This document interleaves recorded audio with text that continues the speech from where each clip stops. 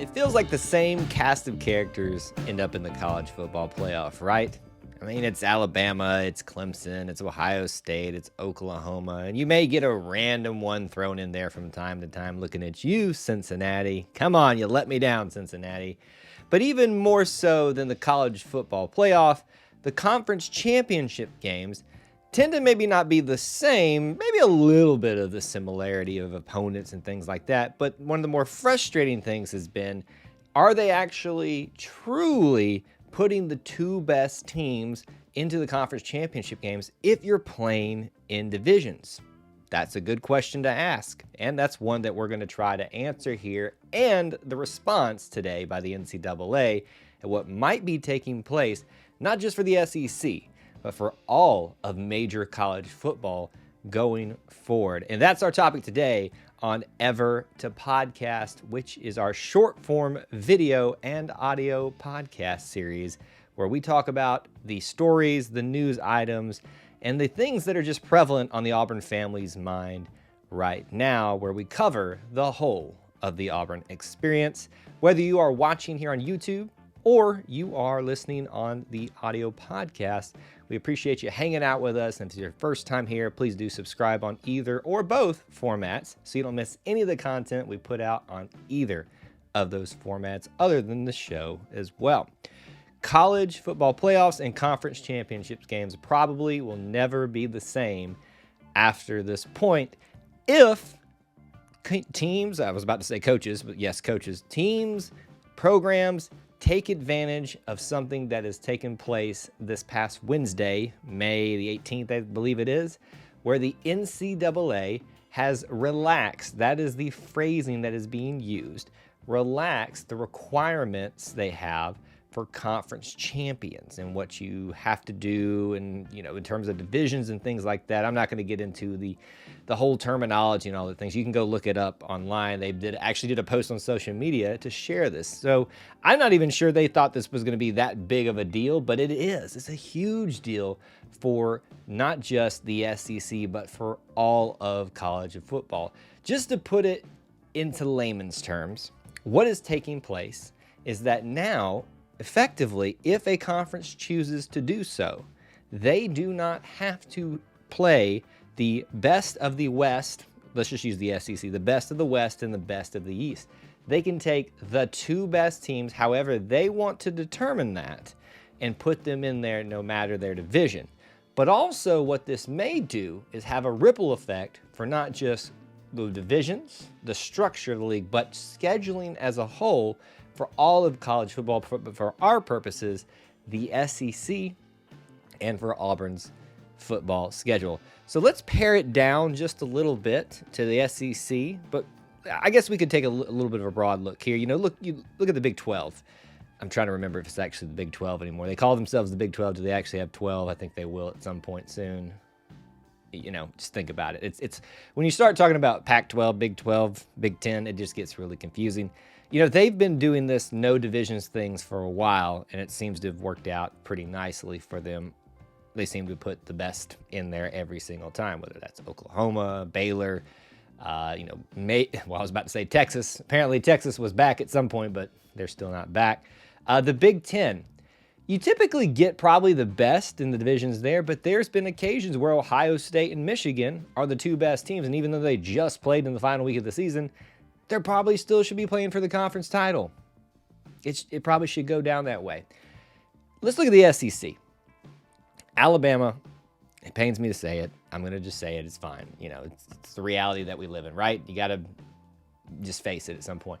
They are year in and year out, outside of Auburn, outside of LSU doing something special. They are the ones that are representing the West. On the other side of the equation, the East side, right now, it is definitely Georgia. There once was a time when Florida used to make a play at that. There once was a time when Tennessee used to play at that. But those times have changed. Right now, it is Auburn and Georgia.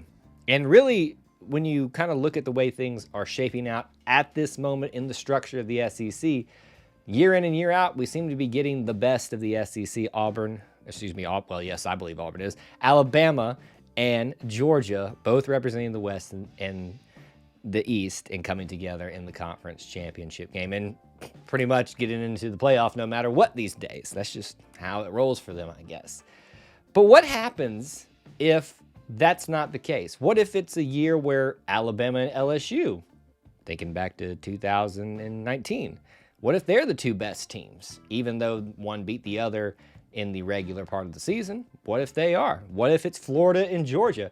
What if it's Auburn and Alabama? Just think about that. Now, with this new relaxing of the conference champion requirements by the NCAA, you could now have 2 weeks in a row. Let me say that again, folks. 2 weeks in a row of Auburn and Alabama, the Iron Bowl and the SEC championship game. The question's been asked before in some wild, fanatical, far off dimension that we'll never probably ever see.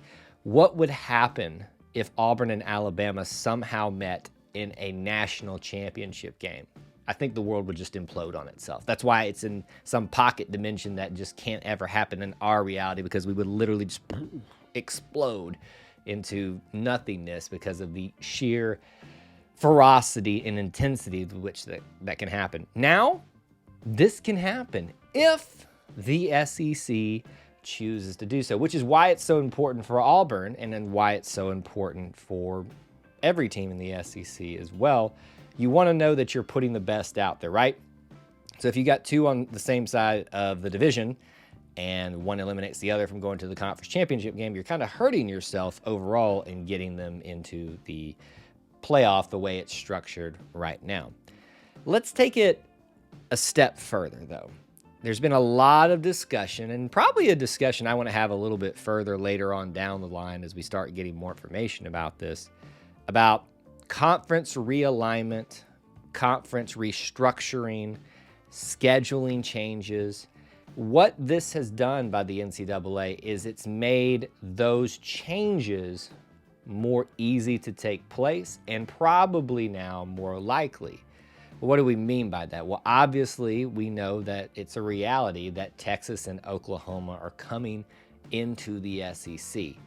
With that, it's going to present its own challenges in terms of scheduling, travel, things of that nature. I mean, you're going from a conference that, at least in my time, in my modern era, was 12 teams. At one point, it's now 14 teams, and is now going to be 16 teams. I never thought we'd see that day. I never thought we'd see Oklahoma and Texas wanting to come into the SEC, but that kind of speaks to what's going on in college athletics right now, especially college football. The best of the sport run through the SEC for now. Settle down, Big Ten fans. Settle down. Well, I was going to say ACC fans, but y'all are just, yeah. You got to put up more than Clemson to be a reality. Is Miami ever going to come back? I don't know. I just stirred up Miami fans now. They're probably still lurking around on our channel on YouTube after they beat us in the NCAA tournament. Congrats, by the way. Y'all did have a nice run in there. Anyway, it's not about basketball. This is more about the discussion of the NCAA relaxing this and what it means for Auburn and the SEC. So with them coming in, it's already going to present challenges for scheduling. Where do they fall? I mean, is it natural for them to just fall into the West Division? Well, it makes sense geographically, but of course, that would have made sense for Missouri as well, right? And here we are with Missouri in the East. Explain that one to me. So with them coming in geographically, it loosens things up for everybody. But the problem that you're going to happen now, not just with size, not just with the sheer amount of teams that are in there, you've got rivalries that are important to many schools. Probably not every school. I doubt that Vanderbilt is very high up in anybody's rivalry rankings. But there is the Auburn-Georgia rivalry, the Auburn-Alabama rivalry. To some extent, and I think it still exists and will exist for now, the Auburn-LSU rivalry. But, Auburn's got some more traditional rivalries that it's not been able to see in quite, at least regularly, so often. Tennessee, Florida. Those are the ones that we miss a lot of. And those are the ones that we miss playing a lot now because of the way things are structured and the way we have to rotate SEC opponents in now. With this coming, though, this makes it a reality for them to change things up. Do they break down divisions? They might. I think it's probably looking more and more likely with the NCAA making this decision, because why else would they make this decision if they are not seeing the writing on the wall and understanding where college football especially is heading?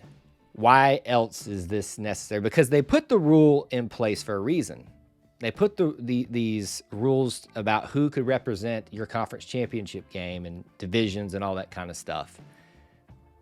But why now? Why decide to change it? Well, because they know the way that college football is going, to make it more interesting, to make it more marketable on TV, to get the better matchups, to get more conference games, and let's just be honest, folks. Non-SEC fans, if you're watching or listening to this, you just need to face reality. Just like I'm able to admit that Alabama is the best there is in the SEC right now. Well, Georgia, you did your thing this year, whatever.